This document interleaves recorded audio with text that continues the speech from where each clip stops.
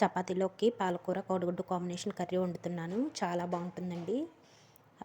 ఉల్లిపాయలు, పచ్చిమిరపకాయలు, పాలకూర, 2 ఎగ్స్. ఆయిల్ హీట్ అయ్యిందండి. ఉల్లిపాయలు, పచ్చిమిరపకాయలు వేసుకుందాం. పసుపు, ఉప్పు కూడా వేసుకోవాలి. పసుపు, ఉప్పు కూడా వేసుకున్నానండి. ఒకసారి కలిపేసుకొని ఫ్రై చేసుకుందాం. ఒక పక్క కర్రీ అవుతూ ఉండిద్దండి. మనం చపాతీ చేసుకుందాం. ఆల్రెడీ చపాతీ పిండి కలిపి పెట్టుకున్నాను. 2 చపాతీలు చాలా అన్నారు శివ, అందుకే 2 చేస్తున్నాను.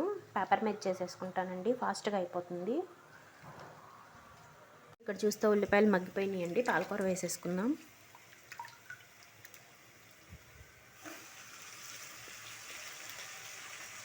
పాలకూర వేసినాక మూత పెట్టుకోండి, ఆవిరికి త్వరగా మగ్గిపోతుంది. నేను చపాతీలు కూడా చేసేసుకున్నాను, కాల్చేస్తాను. ఇక్కడ చూస్తే పాలకూర కూడా అయిపోయిందండి. కారం వేసుకుందాము. ఎక్కువసేపు కుక్ చేయటం వల్ల పాలకూర టేస్ట్ బాగోదు. చాలు. ఇప్పుడు ఎగ్స్ వేసేసుకుందాం. ఇలా కర్రీ అంతా పక్కకు తీసుకొని ఎగ్స్ వేసుకోండి. ఇలా ఎగ్ వేసుకొని మూత పెట్టేసుకోండి. ఇక్కడ చూస్తే ఎగ్ అంతా ఉడికిపోయిందండి. ఇప్పుడు ఒకసారి కలిపేసుకుందాము. ఈ కర్రీ చపాతీల్లోకైనా, రైస్లోకైనా, పుల్కాల్లోకైనా బాగుంటుందండి. ఒకసారి ఎవరైనా ట్రై చేయకపోతే ట్రై చేయండి.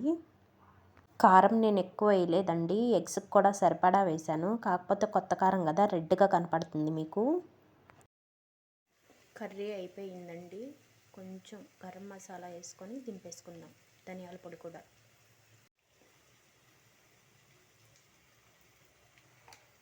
ఇక్కడ చపాతీ కూడా అయిపోయింది. కర్రీ కూడా అయిపోయిందండి. అంతే video. Please like, share, subscribe to my channel. Bye.